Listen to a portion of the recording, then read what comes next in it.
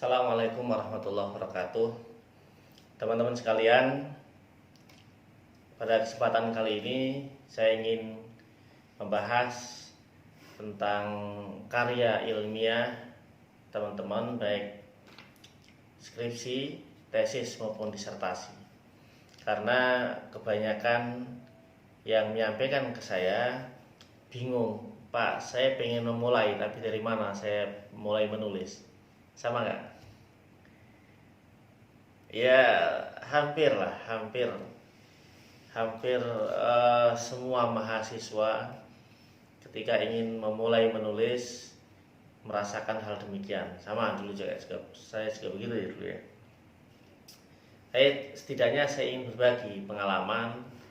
Jadi begini teman-teman sekalian, ketika ingin menulis pertama kali, ya paling tidak yang harus teman-teman ketahui adalah masalah penelitian itu apa.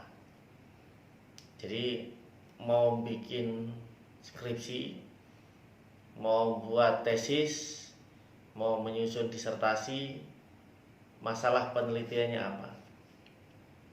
Kalau begitu, berarti teman-teman pertama kali harus paham tentang masalah. Apa itu masalah? Ada yang menjawab? Apa masalah itu? Ya paling tidak begini, bahasa sederhananya ya, bahasa sederhananya begini. Masalah itu adalah jarak antara realitas dengan idealitas. Jadi idealnya seperti apa? Realitasnya seperti apa? Nah, kalau realitas ternyata tidak sesuai dengan yang ideal, ada cara antara realitas dengan idealitas. Nah, disitulah masalah. Idealnya, ini terutama penelitian sosial, penelitian manajemen, penelitian pendidikan ya. Contoh. Idealnya, kalau peserta didik serius ketika belajar, kemudian pendidiknya juga hadir, juga mengajar. Nah, idealnya hasilnya rata, bagus. Realitasnya bagaimana realitasnya? Ternyata ada peserta didik yang nilainya jauh di atas rata-rata, ada yang jauh di bawah rata-rata, ada yang standar itu.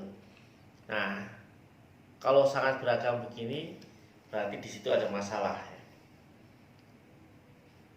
Nah,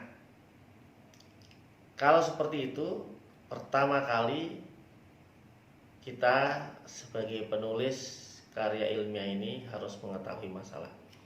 Masalah pokok apa yang teman-teman ingin tulis? Oke, kalau sudah ketemu, maka langkah berikutnya begini. Coba teman-teman ini kembangkan permasalahan itu. Misalnya, masalah pokoknya tadi adalah hasil belajar peserta didik. Masalah pengembangannya apa? Oh, bisa jadi kenapa kok hasil belajarnya bermasalah? Bisa jadi karena misalnya tidak semua peserta didik memiliki kemampuan yang rata. Artinya kompetensi peserta didik ini beragam. Yang kedua, bisa jadi karena pendidiknya ini disiplinnya rendah. Bisa jadi karena metode mengajar yang disampaikan oleh pendidik tidak sesuai dengan karakteristik peserta didik dan lain sebagainya. Coba tulis.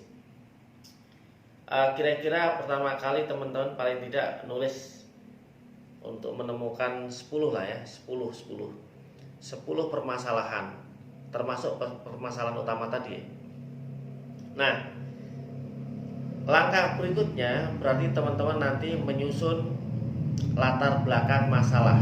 Sekali lagi saya sampaikan, latar belakang masalah, bukan latar belakang rumah, ya, bukan latar belakang apalah yang lain-lain, bukan itu maksudnya.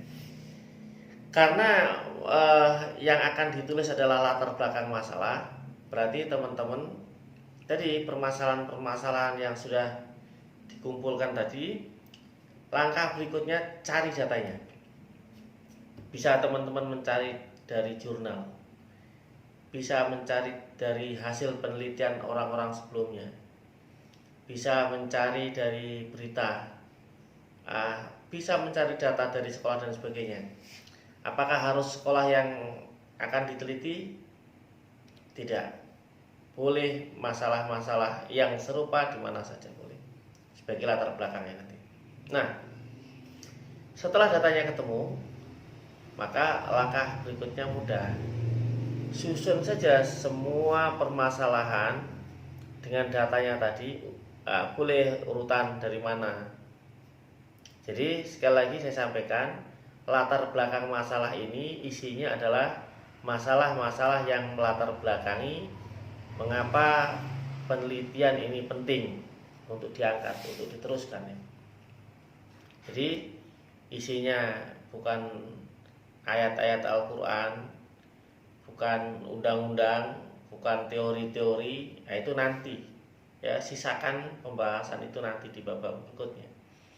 Yang jelas pertama kali ini teman-teman susun permasalahan-permasalahan yang muncul, kemudian berikan permasalahan itu data-data yang akurat.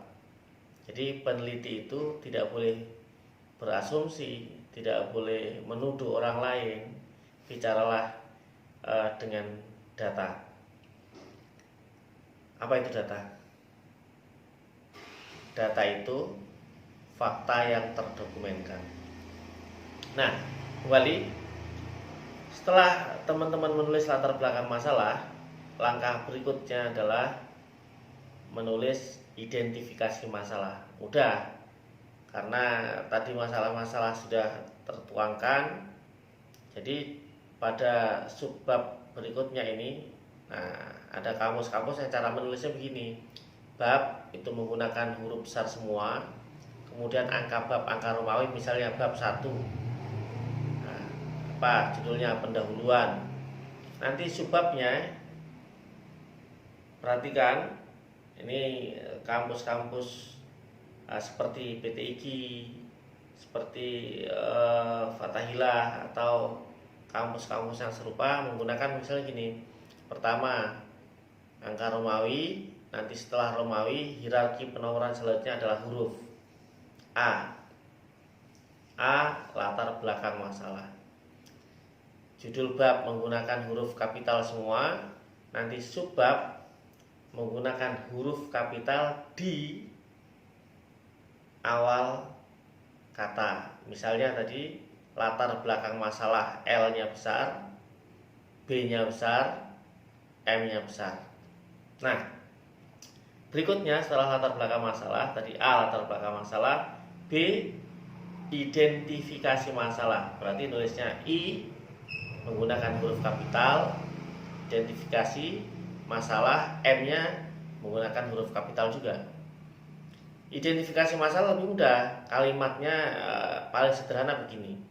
Berdasarkan latar belakang masalah yang telah dipaparkan oleh penulis, maka masalah-masalah dalam penelitian ini dapat diidentifikasi sebagai berikut. Pertama, kedua, dan seterusnya. Kalau tadi ada 10, ya kira-kira ada 10 lah. Yang ketiga, setelah identifikasi masalah, pembatasan masalah. Kira-kira dari 10 permasalahan bisa terselesaikan nggak? Bisa? Tidak? Ya kalau itu masalah-masalah penelitian, semuanya sangat mungkin bisa diselesaikan. Hanya saja tentunya membutuhkan waktu yang lebih lama, membutuhkan pemikiran yang tentunya lebih banyak, analisis yang lebih tajam. Maka karena di tugas akhir ini mahasiswa terbatas waktunya, Nah, kecuali kalau saya mau waktu yang lama ya terserah. Tapi biasanya kebanyakan mahasiswa itu ingin segera bisa menyelesaikan tugas akhir. Maka perlu ada pembatasan masalah di C, pembatasan masalah.